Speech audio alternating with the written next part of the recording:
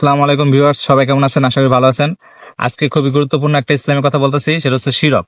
এই দেখেন, এই যে ভিডিওগুলো দেখেন, এই যে ভিডিওগুলোতে দেখছেন নর্তকী আছে না, নর্তকী, ওই যে আমরা ফোলাপে না চাই নর্তকীর পিছনে টাকা সিটা দেখছেন, কেউ টাকা সিটাচ্ছে।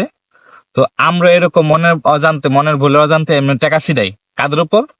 আল্লাহর অলিদের উপর। এই যে এক একটা মাজার আছে, এই মাজারে কিন্তু আল্লাহর অলিরা শুয়ে থাকে, তাদেরকে সম্মান করতে হয় আর মাজার জিয়ারত করতে হয়। কিন্তু আমরা কি করি? ওই মাদের উপর টাকা ছিটা মারি। কেমন কেমন টাকা ছিটা মারি? যেমন নর্তকী নাচাই না, কোন অনুষ্ঠানে নর্তকী নাচা না, বিয়ের অনুষ্ঠানে বা যে কোনো অনুষ্ঠানে নর্তকী নাচায়, তো ও মন টাকা ছিটাই মারি। আর তাহলে আমরা কি এই মাদার উপর যে আল্লাহ শুয়ে রয়েছে, ওই মাদার উপর টাকা ছিটাই মারা ঠিক হইতেছে? অপমান না? আচ্ছা, একটা উদাহরণ দিই। ধরেন, আপনার বাস্তবে আপনার সাথে আমি একটা লেনদেন করতেছি, আপনার একটা ধরেন কালি কলাই আমি কিনলাম, কিনা পর আপনার মুখের উপর টাকাটা ফিক্কা মারলাম, তা আপনি কি অপমান বোধ হবেন না? আপনি সাথে সাথে ঝগড়া শুরু হয়ে যাবো গা, মারামারি শুরু হয়ে যাবো গা। তাহলে কেন আমরা ওই যে এক একটা মাদারে মানত করি? ধরেন আমি 100টা মানত করছি, মানত করার পরে কি করি? মাদারে ওই যে শরীর আল্লাহর তার উপর ফিকা মারি। তো এটা একটা অপমান না? আমরা তো একটা সাধারণ মানুষ, আর তারা হচ্ছে আল্লাহর অলি। তো মাজার মানত করা কি শিরক? মাজার মানত করা যাবে না। একমাত্র আপনি যদি মানত করেন, ধরেন যে কোনো একটা মাজারের উপর মানত করলেন, এর টাকাটা কিন্তু ওই মাজারের আল্লাহর অলি পাবে না। এরা দিবেন হচ্ছে আল্লাহর সৃষ্টিকে, মানে মানুষ, অসহায় মানুষকে, যারা এতিম মাদ্রাসায় পড়ালেখা করে, যারা এতিম পোলাপাইন বা অসহায় রাস্তাঘাটে শুয়ে থাকে, এইসব অসহায় মানুষদেরকে দিবেন। তাহলে আল্লাহ পেয়ে যাবে বা আল্লাহর অলি পেয়ে যাবে। কিন্তু অযথা আপনার কি করি? ওই একটা আল্লাহর অলির উপর ফিক্কা মারি টাকা, বা দান বক্সে দান করে দিই, এতে কিন্তু আল্লাহর টাকা পায় না। এতে কারা পায়? ওই যে মাজারের উপর যে বিজনেসটা করতেছে খাদেমরা, তারা পায়। তাদের সংসার চলে। তারা মোটা অঙ্কের 1 লাখ টাকা 2 লাখ টাকা মাসে ইনকাম তাদের।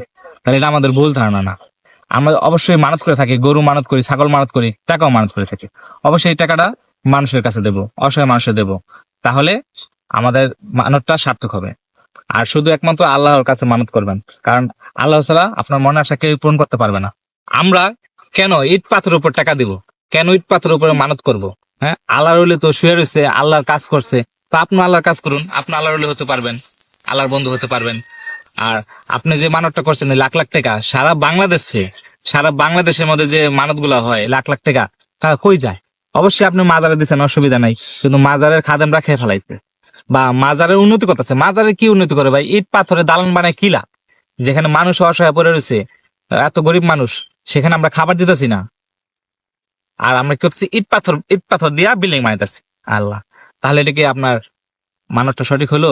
আল্লাহর কাছে পৌঁছাইলো না। তো আমাদের কি করতে হবে? ইট পাথরের বিল্ডিং বা মাজার না বানায়া, বা ইট পাথরের ইমারত না বানায়া, এই টাকাটা অসহায় মানুষের কাছে দিতে হবে, এতিম মাদ্রাসা পোলাপানদের দিতে হবে। তাহলে আপনার টাকাটা সার্থক হবে এবং আল্লাহর সৃষ্টিকে ভালোবাসা হবে। আর সর্বোচ্চ মানে সবার উপর হচ্ছে আল্লাহর সৃষ্টিকে ভালোবাসা।